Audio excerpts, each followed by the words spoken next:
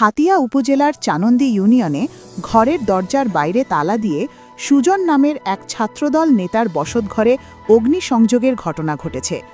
এতে ওই ঘরটি মূল্যবান মালামাল সহ সম্পূর্ণ পুড়ে ছাই হয়ে যায়। সোমবার দিবাগত রাত 3:30টার দিকে চানন্দি ইউনিয়নের ৬ নং ওয়ার্ডের নলেরচর গ্রামে এ ঘটনা ঘটে।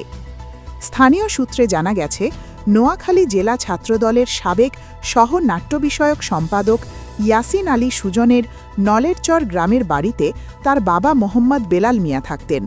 তবে গতকাল তিনি ওই ঘরে ছিলেন না। গভীর রাতে একদল দুর্বৃত্ত ঘরের দরজার বাইরে থেকে তালা লাগিয়ে ঘরে আগুন দিয়ে পালিয়ে যায়।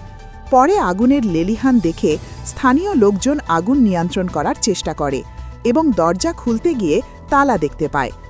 আগুনে বসতঘরের বিভিন্ন আসবাবপত্র সহ মূল্যবান মালামাল পুড়ে ছাই হয়ে যায়।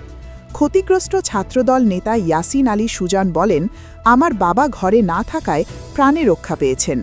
তিনি অভিযোগ করে বলেন, প্রকল্প বাজারে ভোট দেওয়াকে কেন্দ্র করে এক নারীকে ধর্ষণের অভিযোগের বিষয়টি নিয়ে আমি প্রকাশ্যে বলেছি অভিযোগটি মিথ্যা।